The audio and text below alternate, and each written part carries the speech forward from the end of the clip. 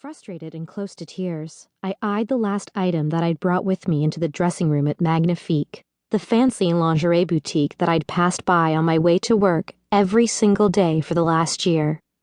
It was also lace, but instead of being heavily ruffled and made for a woman with the build of a Barbie, it was a deep indigo, made of soft silk, and sophisticated instead of cute. It would skim the body and accentuate curves.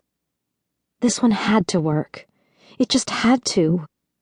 How was I ever going to convince my ever-so-proper boyfriend to make love to me in a position other than missionary if I couldn't find something to entice him with?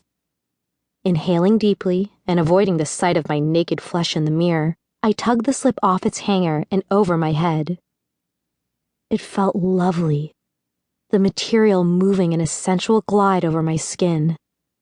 With my eyes squeezed shut, I turned back toward the mirror, sucked in my tummy, and, after a lengthy internal pep talk, peeked at the reflection staring back at me. Oh! The woman in the mirror smiled with surprise and pleasure at the same time that I did. Smoothing a hand over the length of my now messy blonde ponytail, I scanned the image nervously, looking for the flaws that I saw every day. The swell of my stomach, the slightly too heavy breasts, the hips that were a hint too wide. I saw none of it. The incredibly sheer lace kissed my curves rather than clinging to them, and this made my waist, my belly, and hips all look just right.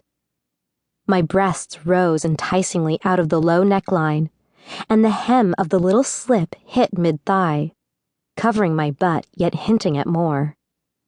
I looked hot. It was a strange sensation.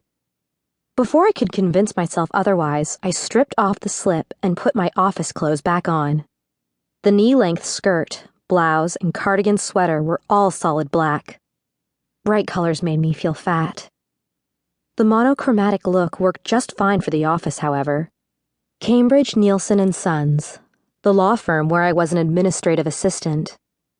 The law firm where my boyfriend, Tom, was a junior partner.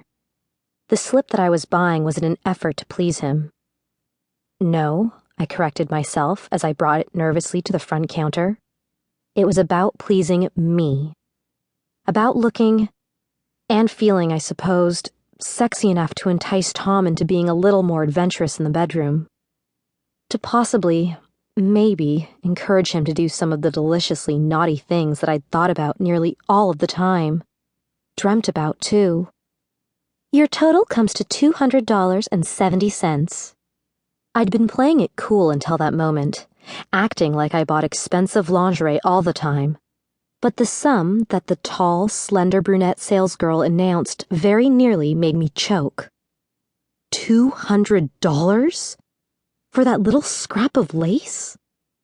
I couldn't afford it. I should have just let it be. Did I really want to spend that much in order to please Tom? The salesgirl, whose name tag read Bernadette, in swirling cursive, saw my wistful glance at the swath of midnight blue that she was wrapping in silver tissue.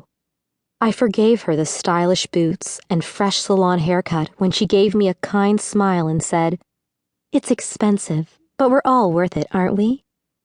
I thought of how I looked in the slip, and then thought of someone looking at me as I wore it, of his dark eyes taking in the way the blue set off the pale cream of my skin, of the way my nipples flushed through the soft lace.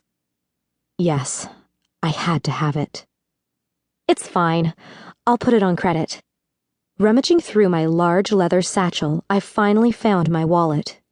It caught on a cardboard envelope as I pulled it out, and the print that I had just picked up from the photography place next door slipped out and onto the counter.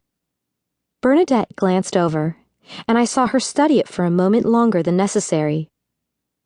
He looks familiar. I turned to study the picture, too. It was of Tom and me, posing rather seriously at the beach.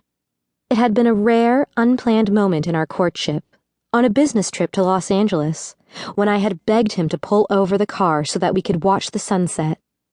Surprisingly, he had agreed. With the sun setting in a riot of glowing shades behind us, and the angle clearly showing that the picture had been taken by one of us with a cell phone camera,